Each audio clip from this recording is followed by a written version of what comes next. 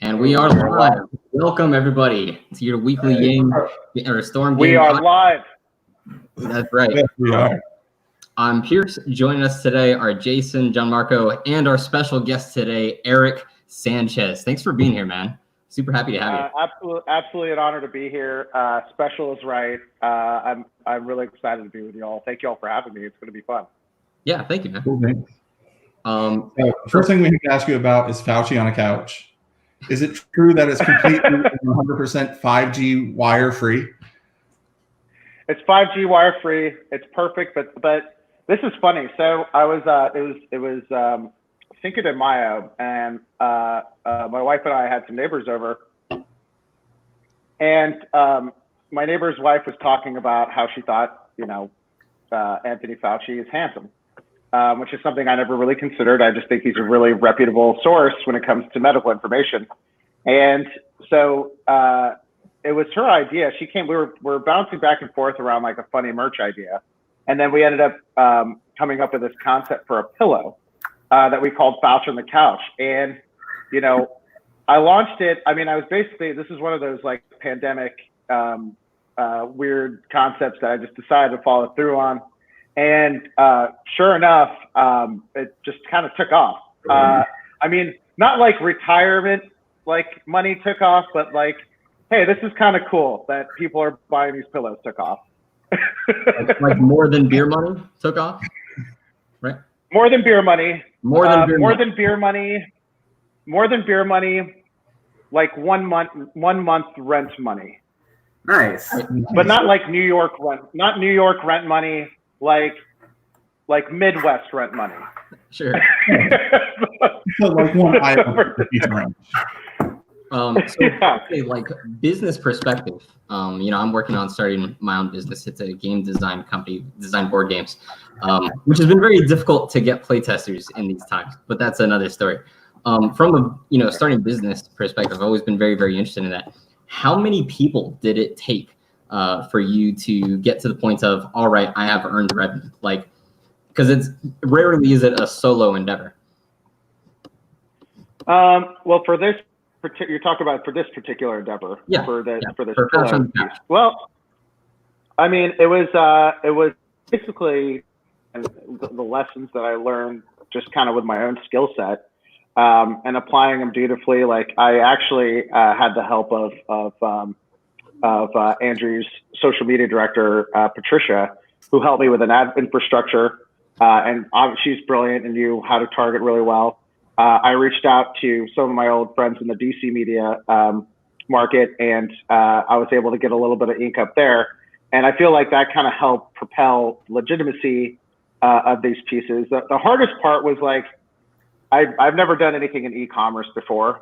And I think that like, I do a lot of weird projects just because I want to see how it works. Sure. Like I had a terrible R&B song and I enjoyed it because I learned how to put something on Spotify. And I took that lesson and before I worked for Andrew, I worked for Tim Ryan. And one of the things that I did for him is that we put together a policy album. So like he took 10 to 2 minutes a piece and I was able to upload that on Spotify. It was a great and terrible idea. Trevor Noah roasted it and Esquire said that it should get a Grammy for worst album of all time. But it still got earned media and that was good. But it's like, I just feel like with any of these pieces, it's really just kind of applying your skill set dutifully and also, getting some investment, not financially, but just mostly emotionally to make sure that you're not crazy. And with that particular, with the pillow idea, obviously Cinco de Mayo, we had a fair share of margaritas. I went to sleep, woke up the next morning. I was like, no, it's not such a bad idea, actually. I'm gonna see what, we could do something like that. And I had an artist in New York do the artwork for this, and she did an excellent job. And so, she gave me the full rights. I paid her for the art and taught myself using a couple of different websites how to start an e-store. I mean, it looks pretty good for someone that doesn't know. Yeah. No, so, there's some good design. By the way, once we're done with this, make sure you all send me your addresses so I can send you a pillow. What? Oh, wow. Oh, Yeah, thank you, man. for That's sure. awesome. I would be happy to do it. Coronavirus is coming to my house.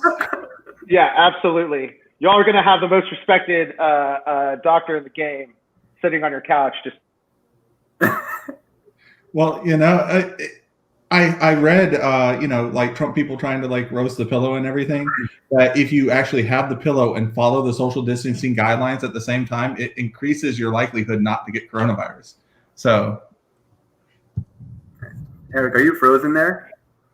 I think I'm okay now. Am I up and running? I can hear you. We can hear you now. Yeah, Oh, you're that's breaking awesome, in man. and out. No, thank you so Perfect. much for that. That's going to be awesome. I think Speaking of things that you've accomplished, we have to, in my personal opinion, dive into your musical career, because when I first heard about that, as well as your artist name, I'm like, why isn't this the talk of the Yang Gang right now? Like, we're all about a mindset of abundance, and he's doing these amazing things with his spare time.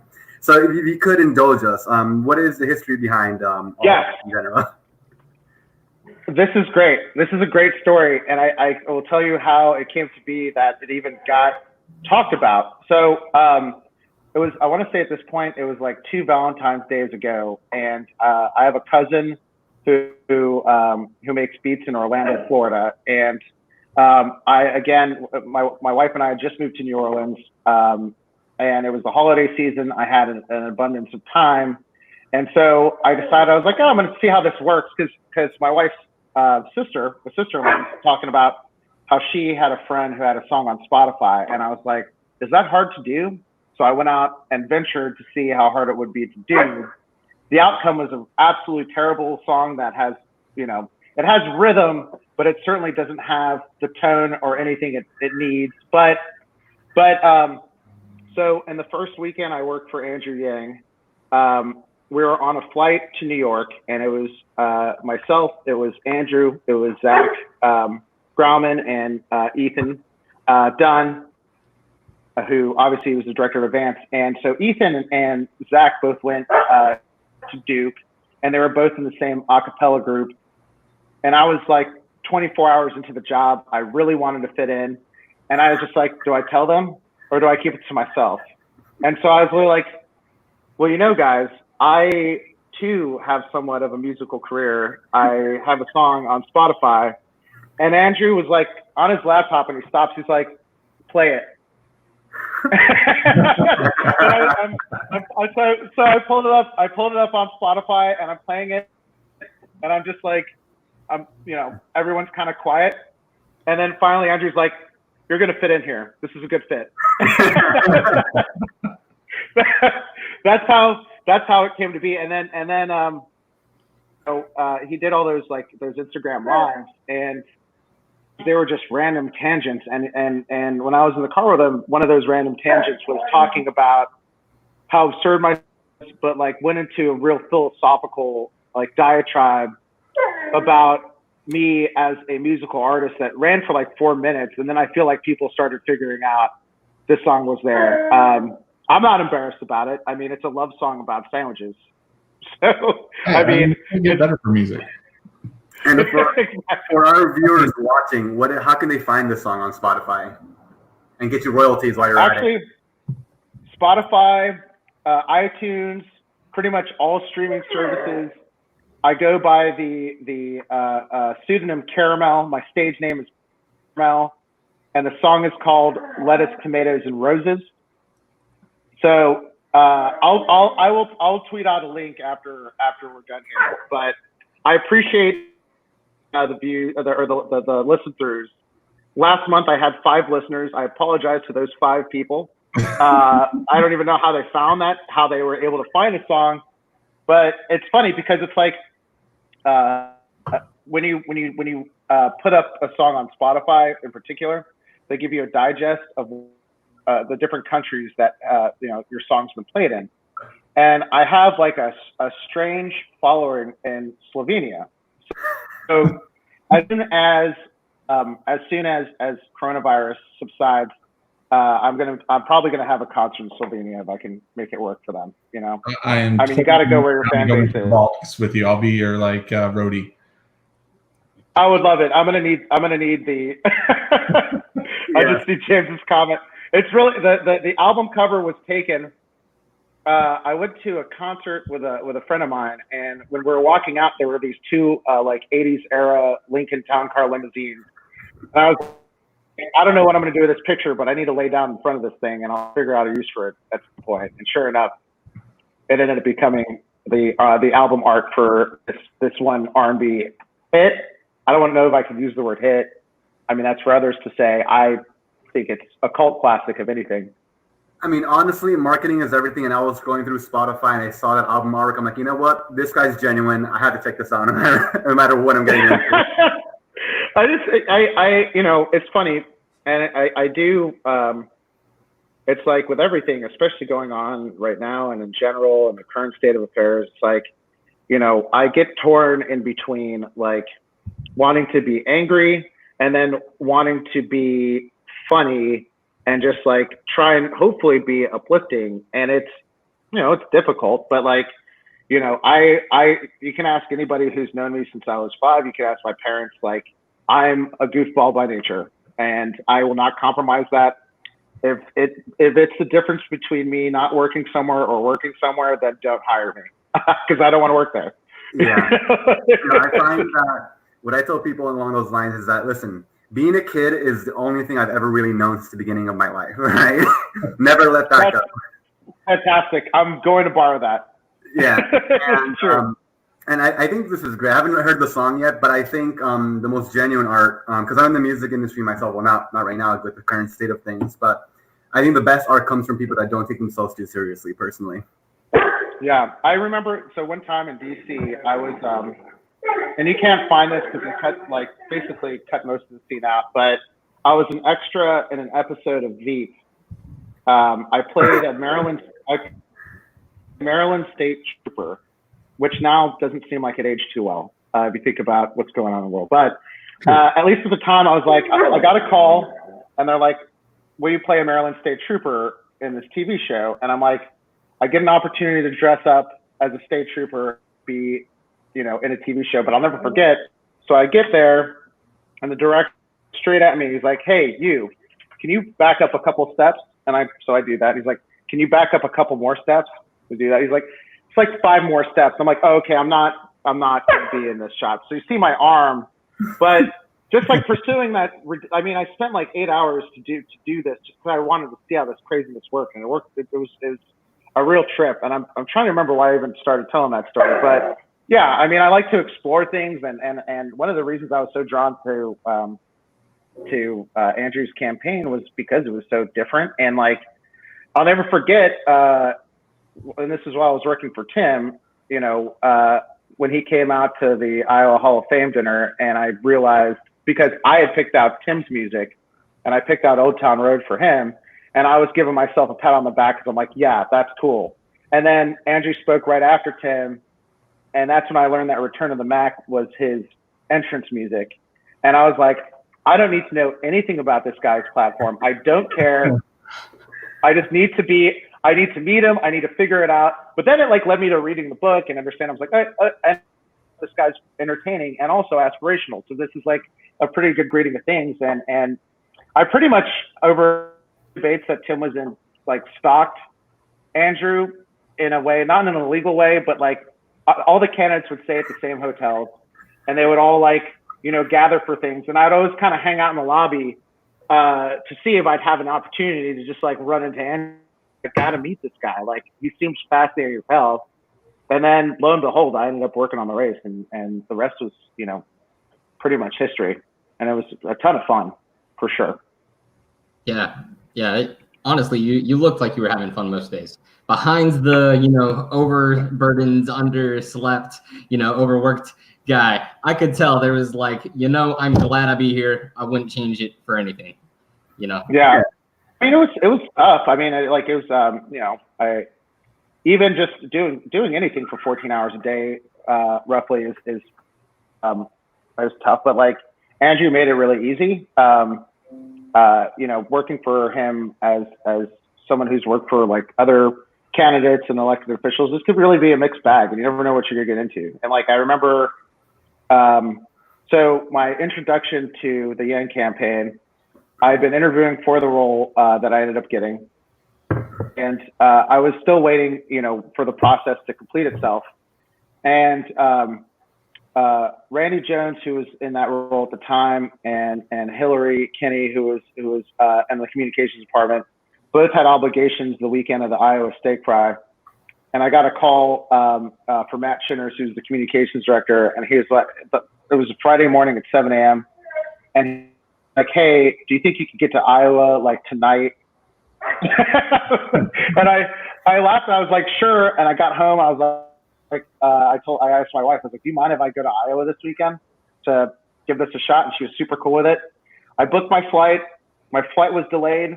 I got to Des Moines close to midnight. I was given the directions to an Airbnb. At that point, everyone was asleep. So I walked into an Airbnb in the dark and slept in this thing, not knowing who was in this Airbnb. I didn't know how many people were there. I had no idea what was going on. The AC didn't work in the room I was staying in, and it was actually a pretty hot day. I think this was September, and they had like a heat wave, oddly, in Des Moines. And looking back, thinking about January there. But I didn't sleep that night at all because A, I was hot as hell, and B, I was like, what the fuck did I just sign up for? and the next morning, I was like totally like that guy that was like really eager to meet everybody and just be super friendly and just like feel it out. And Ethan was the first guy I met. And I never worked with someone with a man bun before, and I didn't know how that would actually turn out. But I already knew it was like a different kind of campaign, and Ethan's the first guy I meet, and I'm just like, oh man, I don't know if I'm gonna fit in. I don't know what this campaign's gonna be like. I didn't know I didn't know anything about really like the Yang Gang until it all kind of took form. But a couple of minutes later, I met Andrew. He thought I was a member of the press for like 2 minutes until I actually, I'm working for you. Like, and he's like, oh, fantastic. Get in the car. Let's go. And did his Andrew Yang thing. And then we were off and then that started, that 5-month journey. But it was, trial by fire. I some of the like early pictures I was like photobombing, or pretty much like making sure that, Andrew was getting through whatever media appearances he was having. Like, I looked really nervous because I really was. I was scared shitless. Like, it was a Friday, and I thought I was going to go to a fried chicken festival in New Orleans with my wife. And on a Saturday, I'm walking with Andrew Yang amongst every serious Democratic candidate for president in the middle of Iowa, and I'm in charge of making sure that his press arrangements, go smooth. And that was terrifying. I was like, I didn't know what I was doing. I mean, I'd worked on Tim's race, but obviously, Andrew had slightly more exposure, to say the least. And getting thrown into something like that, and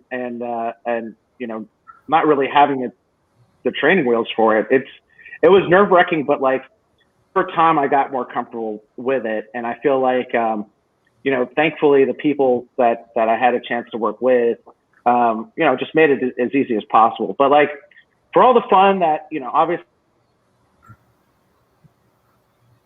Oh no. I think we lost him. Well, hopefully Eric will come back any second. Yes, I'm back. Can y'all hear me? Yeah, he's back. You're back. Welcome back.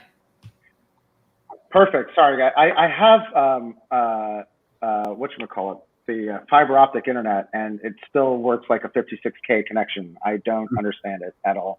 But so anyway, just having the opportunity to be in the front seat for something like that for a candidate like Andrew, it was equal parts like scary for me, but also like equal parts empowering, because I feel like that was the first time I felt like after a little while, like I was empowered to be able to try and do creative things and, try and find interesting opportunities and work to book him for late night appearances and do things like that. I have a great story for that, by the way. I don't want to dominate the conversation, but I would love to tell you all some stories that I haven't had a chance to share. Well, Oh, As a- I absolutely love that. yeah, I as do a- have one question though. Did you ever poke Ethan's man bun? Because every time I see a man bun, I just want to like press it like it's a freshly baked loaf of bread for some reason. I have no idea why. I honestly, I felt like that was that like there was one time where like he like showered and conditioned and like let his hair down, and it was just like the most beautiful thing I'd ever. It was just like majestic, and because he had the time to like do that, and I really did want to, but I was like, I feel like breaching some sort of colleague line. It's weird. I didn't even like try to ask like approach that situation. But yeah, before the campaign, I never had a friend with a man bun, and now I have between him and Hightow, one of our videographers who was a part of all that, and is working on a documentary right now. Oh, that's cool. Hey, yeah. Megan, what's up? I don't want to go any further without addressing this question from the audience had. This was actually brought way back up when you were talking about music still, and hopefully the question makes sense to you. But on the lines of Andrew Yang having tons of energy, yes, what did Andrew take? Question from Nothing. He only Andrew's substance free. He's never had a drink, has never done a drug, and he literally ran off of his own energy. And it was crazy to me because we would literally, campaign all day. And one of the reasons I got gout was because I didn't have any energy to work out or like maintain any form of healthy lifestyle. We were either sitting in a car or sitting in a venue or sitting on a plane. It was just sitting. But like Andrew he drank green tea and ate a bunch of Smart Pop, and that was it. But he never had an energy drink. He didn't drink coffee. He didn't do any of that stuff. Like he literally ran. And the craziest time, when we were in Iowa during the Iowa bus tour, he was deathly ill, like scary ill, very sick. This was around the time. This was around the time that Dave Chappelle came out to Iowa, and like within this 48-hour time frame, he was literally under a bed of all of our jackets, just shivering on the couch in the back of the bus, and he would only emerge. He would like literally like a zombie just emerge to get up, do his event, come back, get right underneath this bed of blankets, and then rinse and repeat 5 events a day. And he kept this up for like a 72-hour period. And so, which was sad because the Chappelle Day night was incredible.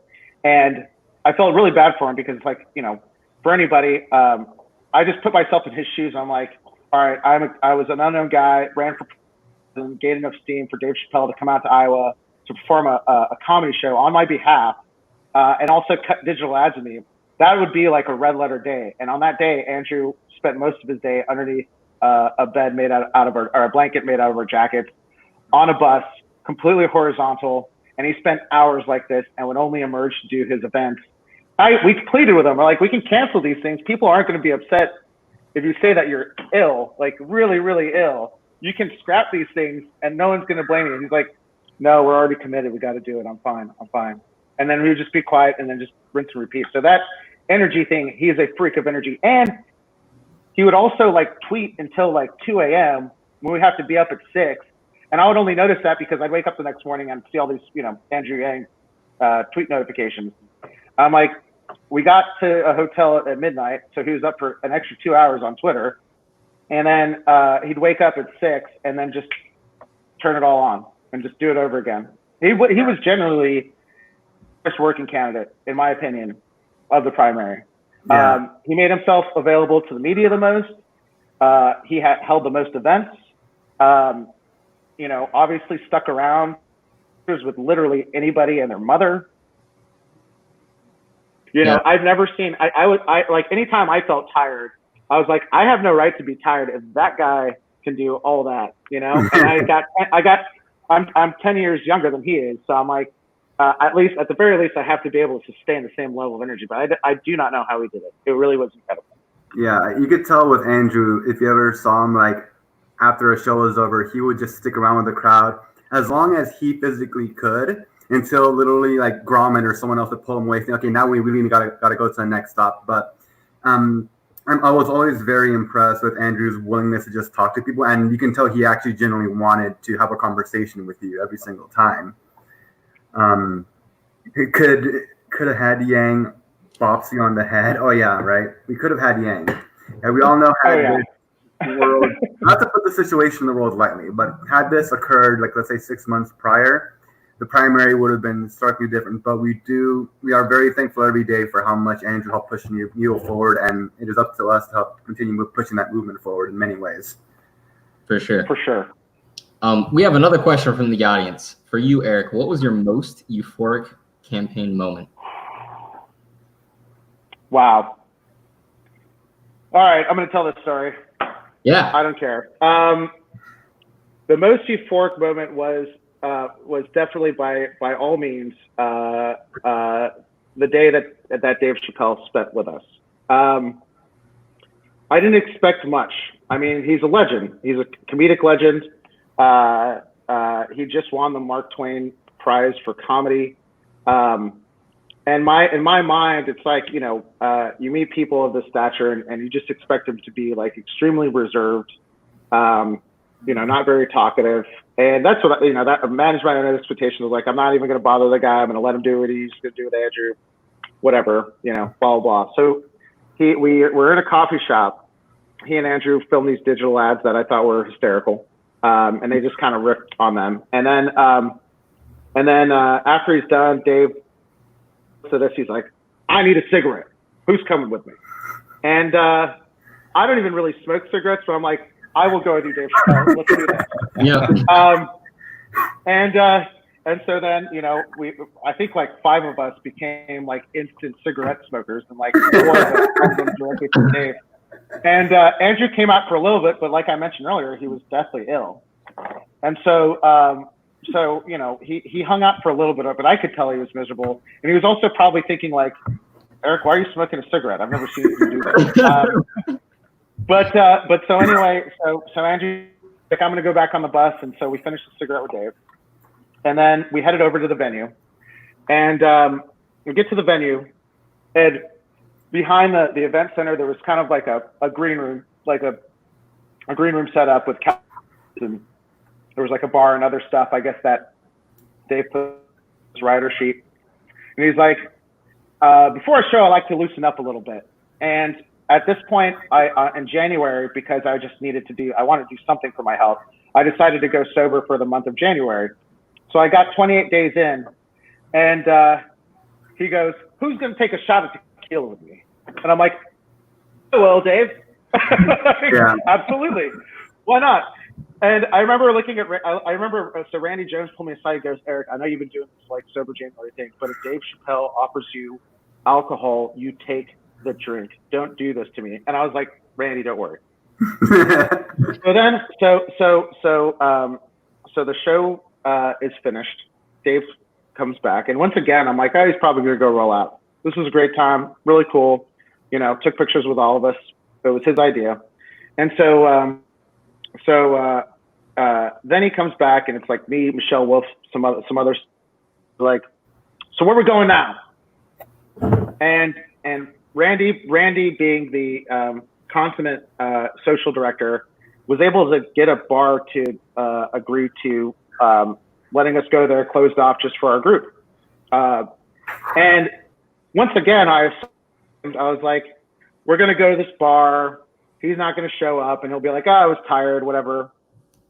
Like, we get there 15 minutes later, he does show up. And I was like, shit, we're at a closed off bar with Dave Chappelle. He's buying tequila shots.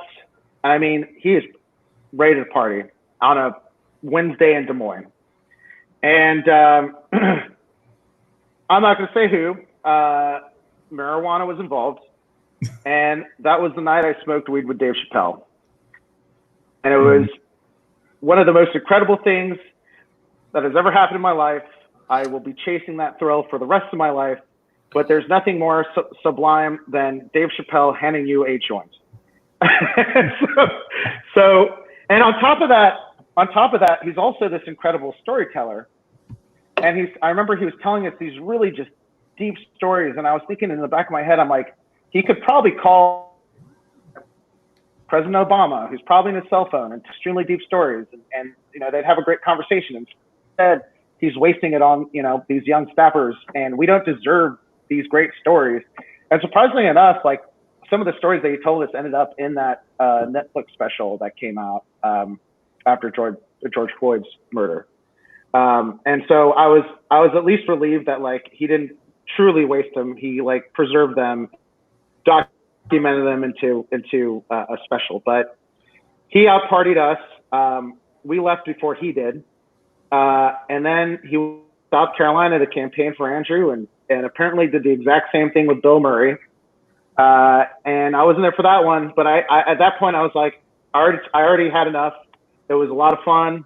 But that was probably the most euphoric moment of the campaign for sure. That is absolutely phenomenal. I wouldn't feel, look, in your technical defense, I wouldn't feel bad about breaking your soul with January because you went technically 4 weeks straight, and that rounds up to a month most of the time. But yeah, man, if Chappelle offered me a joint, I'd definitely take it. Yeah, man, there were so many amazing things about the campaign that I kind of thought back in time. Like for me, when Childish Gambino endorsed him, I realized wait a minute. I remember seeing this guy on Derek Comedy on like the internet 1.0 days. And for those of you that aren't familiar, back in like the early YouTube days and like all the funny stuff. I remember. There was a group called Derek Comedy. And if you're not familiar with Derek Comedy, it is all on YouTube, and it is a bunch of stuff that I don't think we'll ever get away with today. But it is some. I was gonna say a lot of it has not aged well. But I got to tell Donald Glover this when I met him, that my favorite music came from, and that what people should search for, look up Derek Comedy's rejected TV theme songs. And all of these songs are basically old 90s children's animated shows, and Donald Glover rewrote the songs, and they have nothing to do with these shows whatsoever, but they are hysterical. So if you're going to start, look up the rejected TV theme songs. I told him that as a compilation was my favorite album of his. It went over pretty well. It was funny. But nice.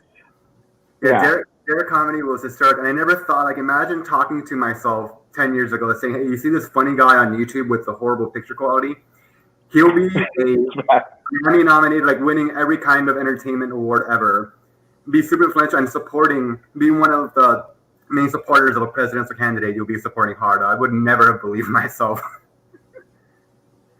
It was the first presidential candidate he endorsed, and for Dave Chappelle, that was the first candidate that he endorsed ever. It's crazy. Like it really goes to show like how, I mean, he really puts all the partisan stuff aside and just talks about just being a human being. Like when you experienced that, like when you showed him your song, and he said, "Yeah, you'll fit in," and it's just like you're making yourself vulnerable, pretty simply put, as to like who you are as a person, and he wholly accepts you as to who you are, and that's phenomenal. Yeah, no, I mean, it was from the top down. Like Andrew, definitely created an environment that made people feel really comfortable to be themselves. Like, and whether that was like your best or your worst self, like he kind of led that empathy charge, from his own experiences, and that really helped. Particularly, like get through some of the tougher times of the campaign. Like, obviously, as you might imagine, like after Iowa, things were pretty bleak. So, it's for him, it's like a sentiment. It's a statement to him. Like you guys probably saw too. Other campaigns that have dropped out, you would read these stories, like these horror stories about a lot of internal turmoil, and like no campaign is perfect. Certainly, like ours wasn't. I mean, everything was new to people, and everyone tried their best. But we look back and just like any other candidate that ran, we all wish we could have done things either differently or better. But like a part of being a human is being able to like make those mistakes and evolve. And certainly, like you see it in Andrew's social media presence. It's like he will show different pieces of involvement over the conversation that happens within his base. And like, just like any of us, sometimes we get it really right, and occasionally we get it wrong. But like, being able, forgiveness is divine, and certainly like he leads with that, and it makes everything a lot easier. And you can't really, especially in the political arena, say that for very many people. So that was helpful. I mean, it's the only political campaign I've ever worked for. I volunteered for Bernie 4 years ago, but I can safely say that it's probably among the funnest political campaigns that there ever was. And I tell people all the time, listen, we're just trying to save the world, all right? Let's have some fun with it. That's right. Yeah, and like that was the thing, and Andrew was a realist, and when the writing was on the wall that there wasn't a pathway for his nomination, he took it really well, and I think even though obviously we were all sad to see the race end, he went on a high note. Came back to New York, formed Humanity Forward in like 2 weeks, launched like 5 projects in the following month, including a podcast. He's given out like $10 million, built coalitions, has sitting senators and members of Congress hitting him up to learn more about UBI, and he's just getting started. He's only 44 years old.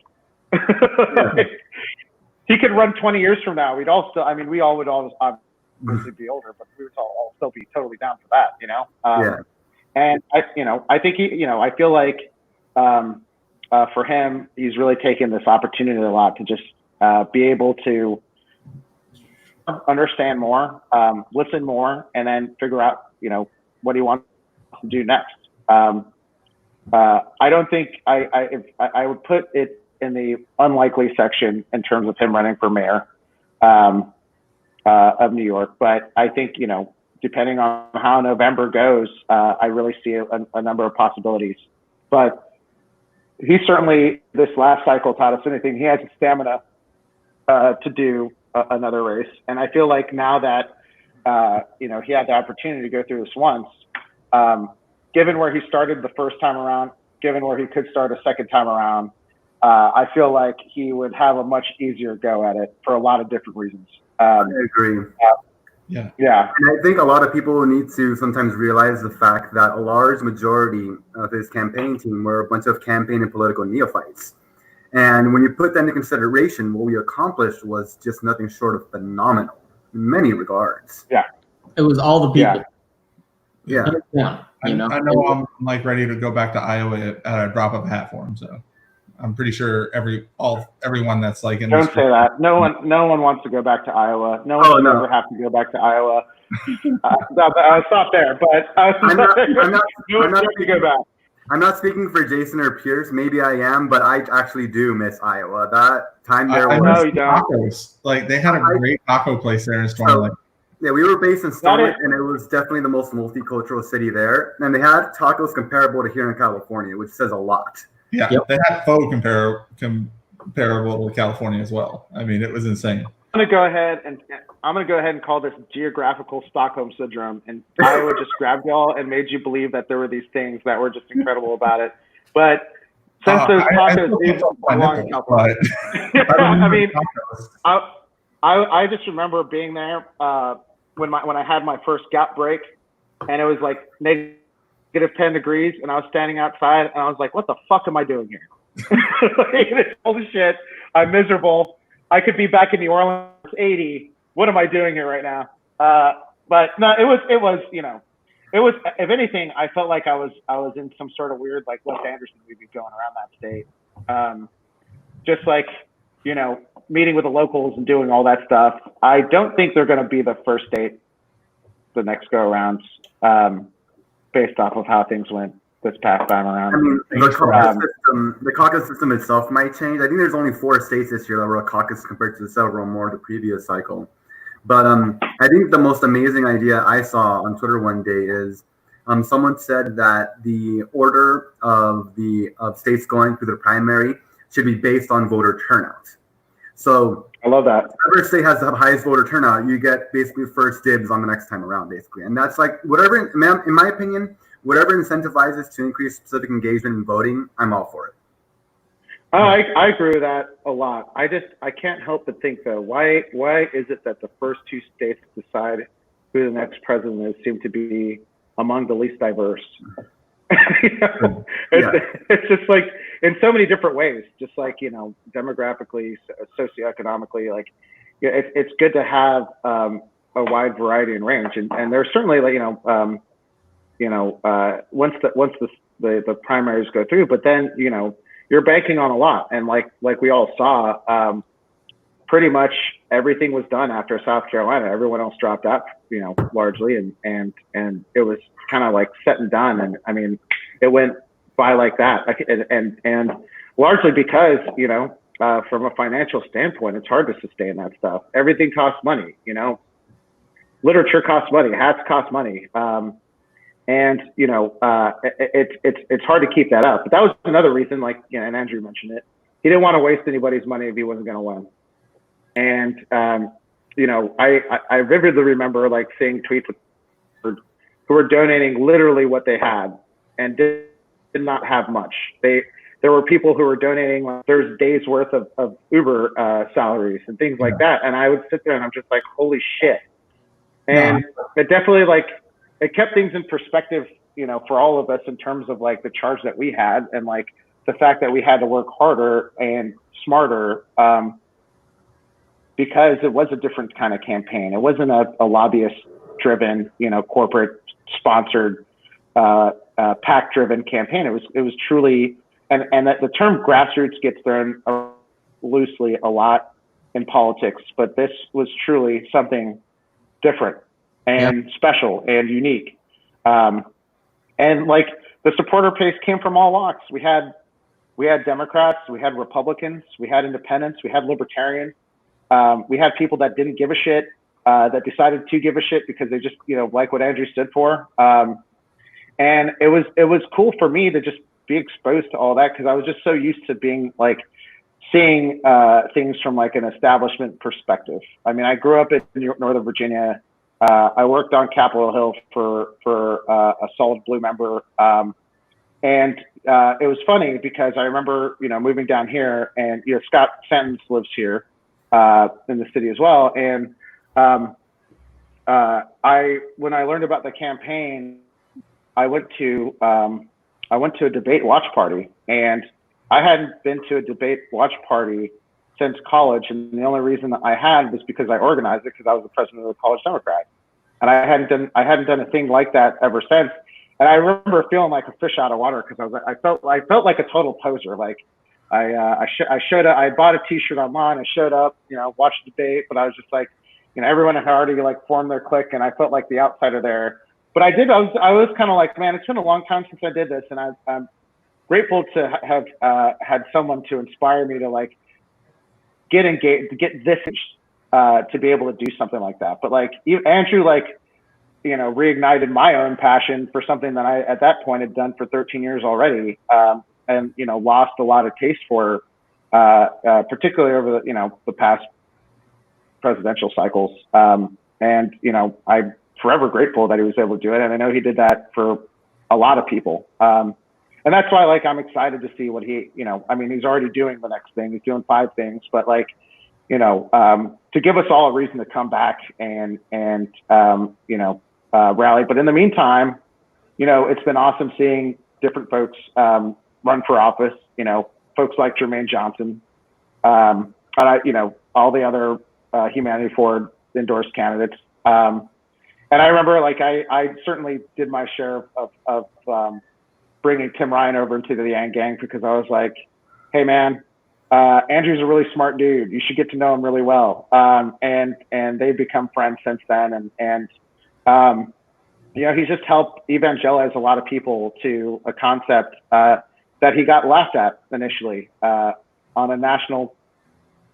And, to be able to do that, and I've told this to anybody who's been interested in running for office, it's like, if you're going to run, stand for something. And it's not just like, don't say, oh, well, you know, I stand for working people. Like, what does it mean to stand for working people? What does it mean to stand up for families? Like, you know, what are you saying when you're saying, well, we need to bring good jobs back? Because everyone else has said it. Andrew had an actual concept, and one that people wish was installed right now. You know, that $1,200 check was great. That was a long damn time ago, and it came too late. You know, and that was the reason why we didn't want to do all this means testing crap, because it's like, make it an opt-in program, you know, so people aren't waiting, and to run it through the IRS, the least reliable agency in the government. It's just like that whole process was just ass backwards. And you know, my hope is seeing the mayors that are launching pilot programs. Andrew's obviously using his nonprofit to push that. He's building a coalition by endorsing candidates, you know, who will embrace the platform and have a conversation about it.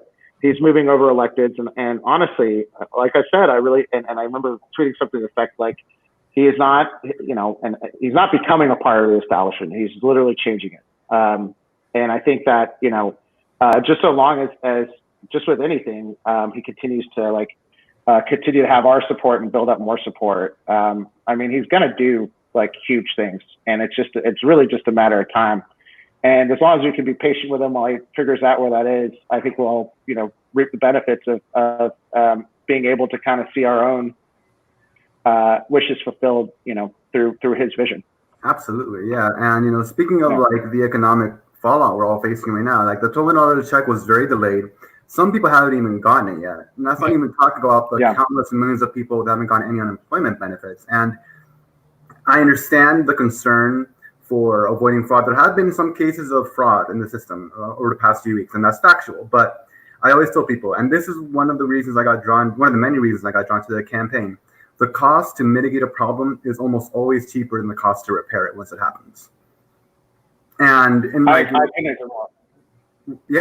of the things I see is, okay, you're concerned that people that might not need $1,200 are getting it, fine, and take it out of their taxes next year. Like, why are you waiting for pretty much economic disaster and lives to be destroyed for you to like try to do anything about it? The way that I used to talk about it, and I was like, you know, you look at times of peril in American history, and we always wait until the other shoe falls, and the first reaction is always the worst one. Whether it was the financial destruction of 2009, and then looking to the way that this pandemic's been treated, and economic solutions have been put into place, it's terrible. Here in Louisiana, there was a rental assistance program that effectively was shut down after 3 days because 40,000 applications went in, overwhelmed and shocked the system. They didn't have enough resources for that. And it's like, how are these, and this is just one state, you look around the country, and meanwhile, you have a president who's talking about how he won't watch NBA games if any of the players kneel for the anthem, and you have a Congress that really doesn't give a shit. So it's like, you know, we need more Andrew Yangs in the format of people who believe in him and want to, you know, take the stake. And I think at the local level, it's super important. But, you know, I mean, progress does take time, but it doesn't have to take as much time as it does if we just say, you know what, where we're at, let's switch it up. And, you know, instead of like, you know, relying on some of the metrics of different things, it's just like, do what makes you happy. I remember, I think it was Trevor Noah. I believe this was maybe after he interviewed Andrew. He does like these like in between commercial break things that they put up on YouTube only. And that as well. Talking about, and I think it was Andrew's interview, but he's talking about like he had this great, you know, pitch. He's like, you know, in 2016, you know, people rallied behind a nominee because they thought it was their best chance. They, you know, turned their backs on, you know, what they may have wanted. And he's like, you know, you have roughly 30 something odd candidates, like vote for what you actually believe in instead of like voting for what you think is going to be the safe bet. Because you'll feel more rewarded in the long term, and then B, like you're making a statement along with others that's going to start an eventual movement. I mean, we had our primary last weekend, and I was kind of like misty-eyed being able to finally vote for a guy who I worked for 5 months and who I love dearly. And it was just, it was an anticlimactic moment because you just kind of, you know, hit the button. But I kind of just stood there for a while and I was like, damn, like this is a guy who literally started for Renora Report, and here I am in the middle of Louisiana, you know, punching his name and getting him a vote. And I think he came in 4th or 5th here, which is better than we did in Iowa. Yeah. I mean, we spent $0 in Louisiana. Yeah. And for those that might think like, you know, it's not, if your primary, I don't even know if the primaries are done yet, honestly. I've tuned out just focusing on local California elections, but never think, even though we don't have ranked choice voting, never think of voting in the primaries wasted, because what you're doing is influencing the convention. It's influencing the dialogue. By doing whatever you can to get as many delegates as there as possible, you're shaping the platform of the party for literally from now to the midterms in the next 4 years. And, you know, I was, of course, a little upset when Andrew suspended, but I distinctly remember I had friends text me, "Are you okay? How are you feeling?" Because they must have thought I felt devastated. Like, I'm a bit down right now, but we have a lot of work to do. Like, there's an important distinction that needs to be made, that we have to, now that the campaign is over specifically, we have to mold this from a following to a movement, is what I've been telling people.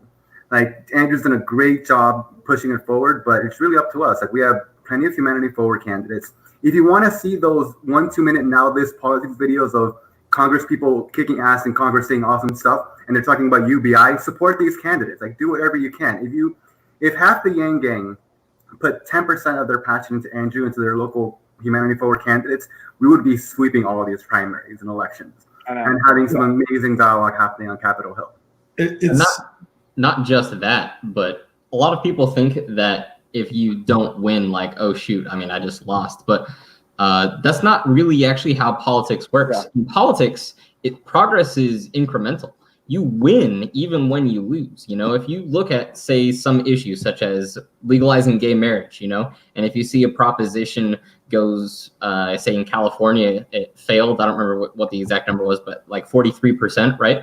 And then 2 years later, you see it go up again for, you know, 55% pass or something along those lines, right? Like you see that progress, and then it spreads, say, from California to somewhere else. And this sort of thing happens all the time. So whether it's that issue or whether it's an individual candidate and they run and they get 5% one year, but they get 10% the next year, you know, whoever they're running against often goes and they look at that and they go, you know, maybe if I incorporate some of their ideas, I might be able to get some voters back, or I might be able to gain new voters, right? So even if your guy doesn't win, or even if your issue doesn't win, you still make progress. You still push closer to that objective. It just might not have been this election. It just might have been, or might be next election. Yeah, and in Andrew's case, you know, obviously didn't win the nomination, but damn if he didn't change the conversation. Yeah. I mean, my God. Yeah. Like, the UBI skeptics are all over the place. Now, no one talked about it. Yeah. You know, you see the stories and you see the impact, and it's like you see other candidates, not just like first timers, but also incumbents. And like even some of my friends who are in elected office, I've encouraged them to obviously if they believe in the cause, to apply for a Humanity Forward endorsement. One of those folks is Tony Vargas, who's a state senator in Nebraska. He's the highest elected Latino elected in the state, and he unseated like a long-term incumbent in his race, and he's just as hardworking as Andrew is. And he called me out of the blue, it was like maybe 3 weeks ago, and he somehow managed to be able to distribute like $3 million to families in need in his district. A lot of them, you know, underserved Latino communities, and he was able to do that. And he told me about that. And it was all under the radar largely. And I was like, you really need to apply for an endorsement. He and Andrew had an incredible conversation, and now he's, you know, one of our endorsements. And I think that's awesome. And it's like, you know, it's not a long stretch to get to understand Andrew's vision and where it comes from. And I mean, it's definitely more popular now than ever. So I mean, I tell folks who I've worked with before, it's like, you know, if you're into this, you're definitely going to get the support of a really enthusiastic grassroots group. In addition to having the physical and like moral support of one of the most inspiring candidates of our generation, certainly. So it's just all about trying to create that like same energy around like the down ballot candidates and everything that we have, because it's like it just seems like the wind's kind of been sucked out of ourselves to a degree, and it's only like the real diehards that are just like nose to the grindstone, like still out there pushing it. I just feel like there was a way to just like get that groundswell back up, to help our down ballot candidates more. From what I've observed, and this is something we recently observed in our California supporters here, but I think it could be more of a national thing. It's just like, for the most part, you either have a group of, after this is all over, you either have people, Yang Gang that are still super, super active, or people that have tuned out completely. Like, there's not many people in between, for the most part. Right. And regardless of the candidate, once you get below a presidential campaign, maybe a senator or a congressperson, it is not nearly as exciting because it's not a nationwide thing for the most part. So the key is like, how can we get that excitement and that energy back on just a more local level? And it's interesting that the answer is always in front of your face, because everyone knows that change really starts from the ground up. Like, if you elect local officials, your assembly people, your state senators, your city council members, like, those are local laws that affect you. Like, I'll never forget a tweet that I saw several months ago where someone was saying, like, I don't like talking about politics, but let me complain about my landlord, my income tax, all these lists of things that are affected by your local politics in general. Yeah, it was after everything, once it started after George Floyd's murder, I took like an opportunity. I was just kind of thumbing around on my laptop, and I was literally just doing like Google News searches, and I wrote like school board member racist, city council person racist, like every different level. And I was able to find like sitting members of these boards or councils or something that had done or said or acted in enough of a manner that drew attention in the media that they are racist like elected officials. And I'm sitting here, a lot of people don't think about, what's going on in their school board, but they should, because there's some real pieces of shit that really need to get knocked out. And there are plenty of people, especially within, our base, that can help change that. And that's, I'm hopeful.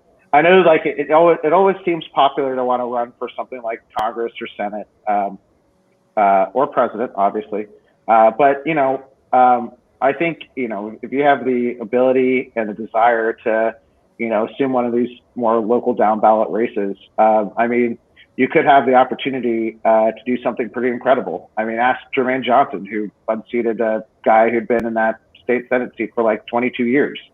And all it took was just, someone who believed in something and was willing to do the hard work to get there. And now, Jermaine Johnson's going to be a state senator. So that's incredible. The most amazing part about that is that we now have a bench to go to, like in the next election, like towards like the national level, because we have someone who's establishing themselves in local politics and stuff like that. Like, I've said this a few times before and caught like so much shit for it, but it's like, that's one thing that the Tea Party did brilliantly. They spent years getting people elected to school boards, to local county commissions, to state house, to state senate, to just all walks of life. And then when they were ready to make their move towards Congress, like, that's how they were able to take over a third of Congress within like one election cycle, and it just blew everyone's mind. Like, how the hell did these races do it? And it's because they built their bench and they've entrenched their bench so much in their community for so long that it's just like, just pick them up. Like, it's like picking up a batter, just like, hey, you're up, go. Hey, you're up, go. And they had the financing, the funding, and connections and everything, and it was just insane. Yeah. And imagine if you had a Tea Party that was benevolent, instead of just being huge racist dicks, and we'd end up with a much better result. Like, there's like so much focus on like the crossover between like, moderate Democrats and moderate Republicans and stuff, and trying to win those votes. But if you actually look down at like the lower end, you have like the socialist Democrats, and yes, there are socialist Republicans. And the only thing that's like dividing the two is gun rights and family farms. Socialist Democrats are like, yeah, farming, let's leave it to the corporations, whatever. And, you've got the socialist Republicans who are like, hey, just give us our guns and let us have our family farms, and we're right there with you. We're the same people. Other than that, it's insane. Yeah. I mean, we should just be going to the bottom to like progress ourselves, and we can like win so much more there than we can just focusing on like hot button, topics and stuff up top. Well, and I think to that point too, and I know that, certainly it's been talked about online a good amount. I mean, I think we're getting to a point in our country, and maybe it's a result of the access of the easy access to information that we have, but it's hard to really fit people into one of the two parties at this point, and it's something. Oh, we lost Eric again. I think we lost Eric. Or a fourth party. Oh, did you? Am I back? It was just for like 5 seconds. Don't worry. Yeah, it was just like 5 seconds. Well, I was just saying, I think the idea of having a third or a fourth party seems completely, to get that accomplished. I don't even know where anyone would begin to start to build an infrastructure like that. But I just think it's clear now. And oh no. No, it's again the fiber optic. You need more pipe. Someone tweeted that earlier in the thing. Oh, yep, Eric needs more pipe. Am I holding back? Yeah, I'm gonna call. I'm gonna call. I'll call the technician and get this worked out. But I was just, can you all hear me now? Yeah, we got your back. Up and running. No, I was just gonna say, like, I remember when I was like 11 years old and I went to church with my mom, and she was raising me Catholic, and there was a piece of paper about like the Catholic Church's legislative agenda, and I was like, I don't agree with this shit at all. This all sounds like things I'm just not for, and that was a really like formative situation. So I'm like, okay, well, I obviously I don't feel like I fit in with this religion, as it were. And I feel like a lot of people are starting to feel that way about, the two-party political system. It's like, you look at the platforms and it may not greet what your expectations are. And if we're going to have a government that works for everybody, we have to have parties that are representative of different viewpoints. And it can't be as rigid as our two-party system is in a lot of ways. Yeah. Are you up for answering a couple questions from the audience? Of course. All right.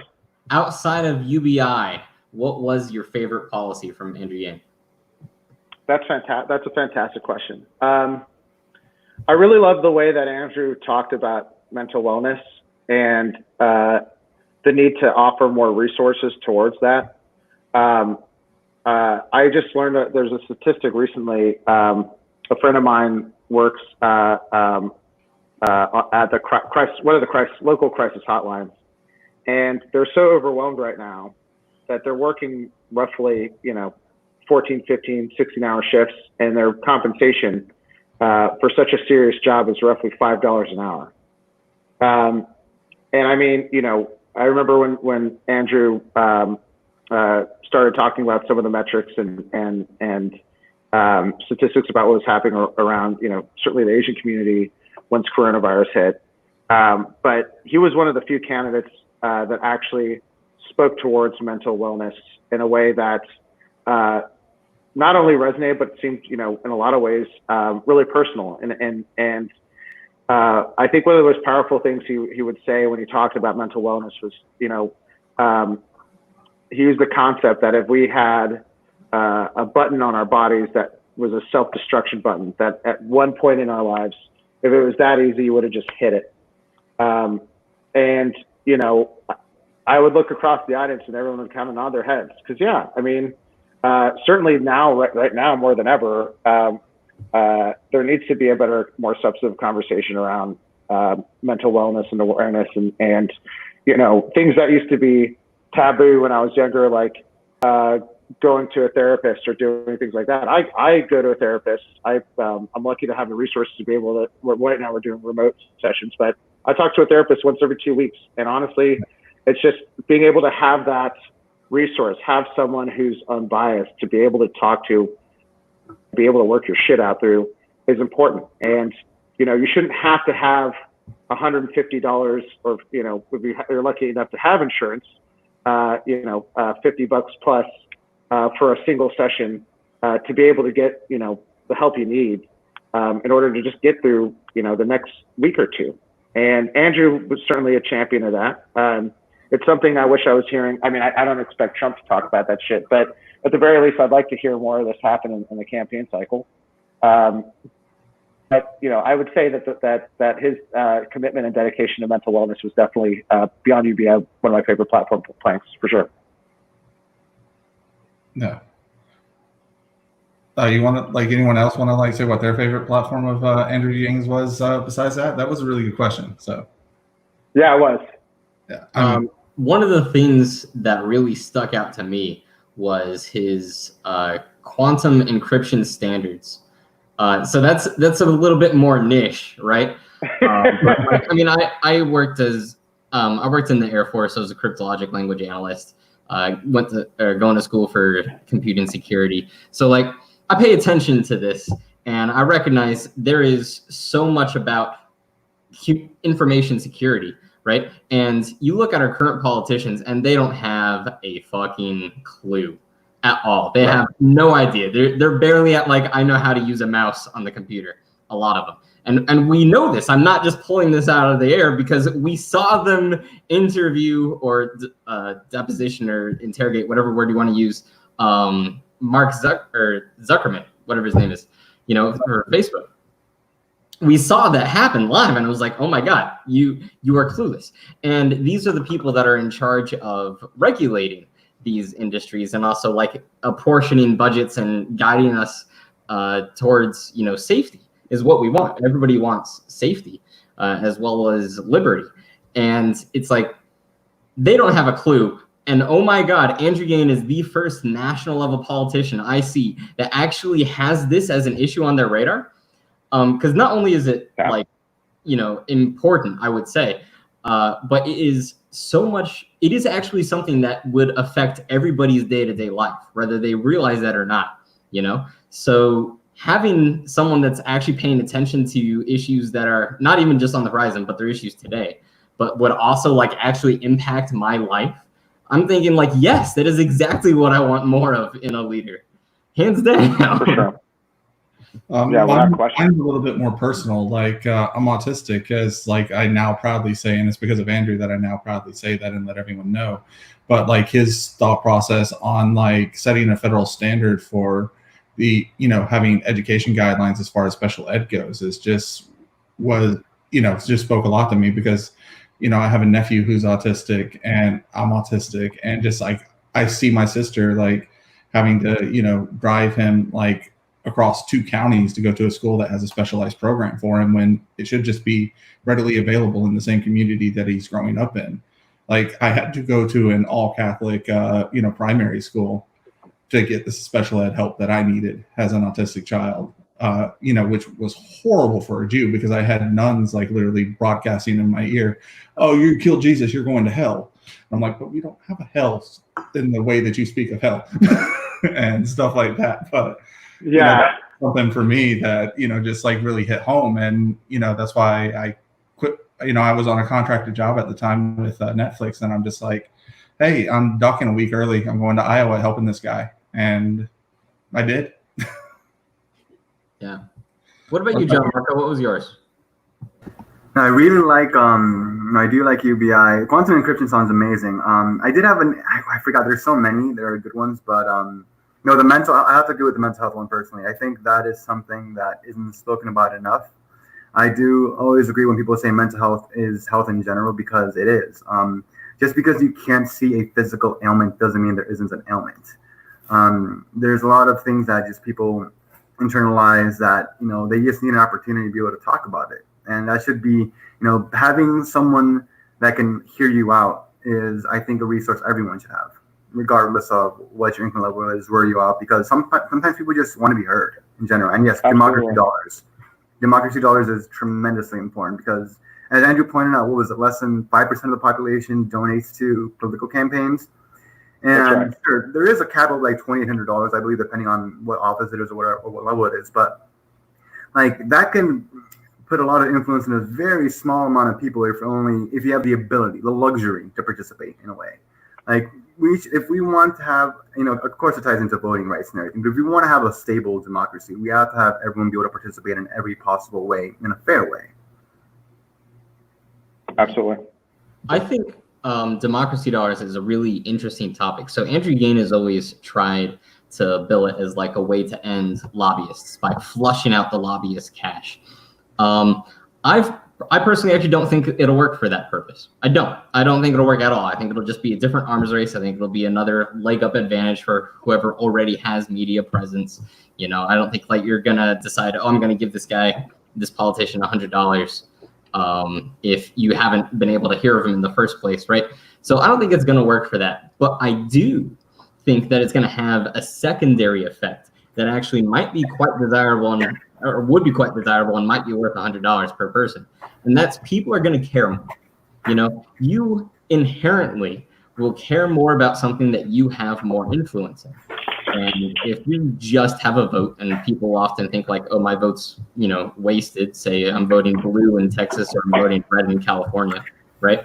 You're just not as involved. But suddenly you have $100, use it or lose it. You're not going to want to waste it. You're going to be more involved, and you actually might read up more on policies, might become more informed, more involved, and just from there builds. Democracy is built on an educated populace, hands down. It's one of the reasons why we've failed in Afghanistan, is because like you have to first educate a populace. You can't just overnight change the culture and be like, here you go, democracy, right? So that is one way to build that education, not from a top-down level of like, oh, let me tell you things, but from a bottom-up of like, I have interest.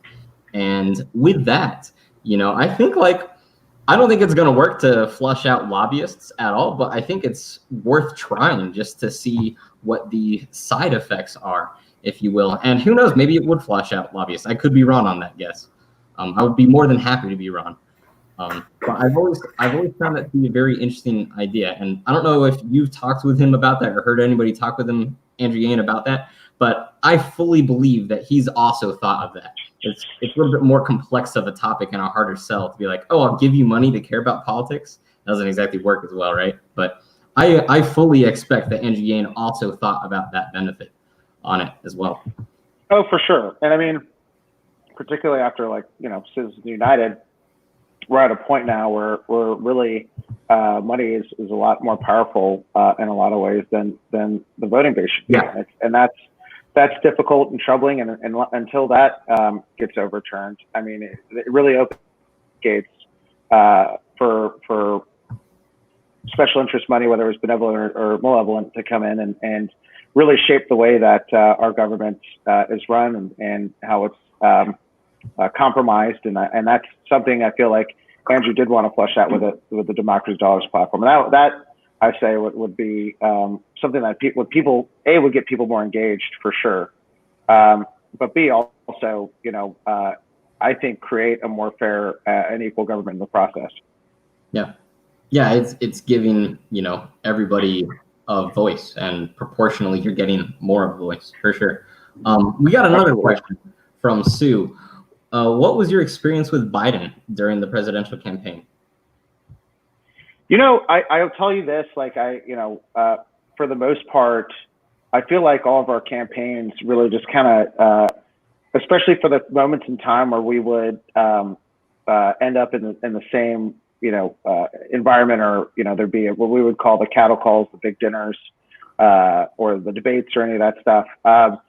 We would generally kind of keep to ourselves because we all have a job to do. But I will say, I mean, everything was always cordial, but like between Biden and Andrew in particular, Biden was and is still very fond of Andrew and his policies. They have a lot of conversations to help guide, some of the pieces that Andrew talked about. And one moment in particular, Biden pulled Andrew aside and told him basically, look, if I don't get the nomination, I'm going to retire. But if I do, I'm going to really need your help. And I hope you're ready to work with me. So, you know, I mean, it was more so kind of amusing to see how the candidates interacted with each other. And Andrew got along with everybody, and everyone really enjoyed seeing him around. Even, you know, backstage, he always had a way to bring levity to whatever they were preparing to do, whether it was a debate or to speak at some forum or anything. And, you know, they would be looking through their notes, and Andrew would likely be jogging in circles and pumping himself up or doing something that was hilarious to me and a bunch of other people. I just, anytime we'd go to those things, like the staff at those events, they'd always be like, your boss seems like he's so much fun. I'm like, yeah, he is. And it's a blast. But certainly, you know, he gets along well with him. And, you know, my hope is that you'll see, you know, more of Andrew's policy ideas end up in this platform. I mean, I'm hoping that we will see an announcement around universal basic income in the future. And I know that's something that campaign has talked about. But, you know, I'm hoping that we'll actually see some of the return on that here shortly. Yeah, for sure. The sheer fact that he was able to bring universal basic income from complete obscurity again to something that people are in different circles at least talking about and politicians are considering is monumental in its own right. Andrew Yang didn't win the presidency, but I don't really think there's many people that consider him to be a loser. Yeah, no, that's absolutely right. Minds. I mean, say again, Jason. Oh, I said he definitely won a lot of minds, like, you know, like the way people think, and, you know, he changed the conversation, which is often more important than actually winning itself. Yeah. So, Eric, my question, Andrew Yang runs for president again in 2024. Are you signing up to be his press secretary again or some other role? They will have me. You know, he'll probably have an abundance of more resumes at that point, but I'm totally down if he is. Yeah. That's my personal question: how does it feel to like know that your pillow is on the couch of the Fonz? That was insane, and it was Caroline who flagged that tweet for me. I had no idea what was going on, and I got that flagged, and I looked it up, and I just kind of I didn't believe it at first, and then I you know, sent him a tweet that was basically like, hey, if you need any more of those, just let me know. And he responded back. He's like, this is such a great product, and he was nice enough to share the link. That was a super cool moment. For sure. I know it like tripped me out. I'm like, oh my God, the Fonz likes the pillow. It tripped me out. It tripped me out for sure. And I love Barry on HBO, and I think his character on that show is phenomenal too. Yeah. All right. I remember this one show he did with Chris Gorham where it was like a family of therapists, and it was like fantastic. That was on CBS for a while. It's like the way he played in that show. That was some of the best comedy writing I've ever seen in my life.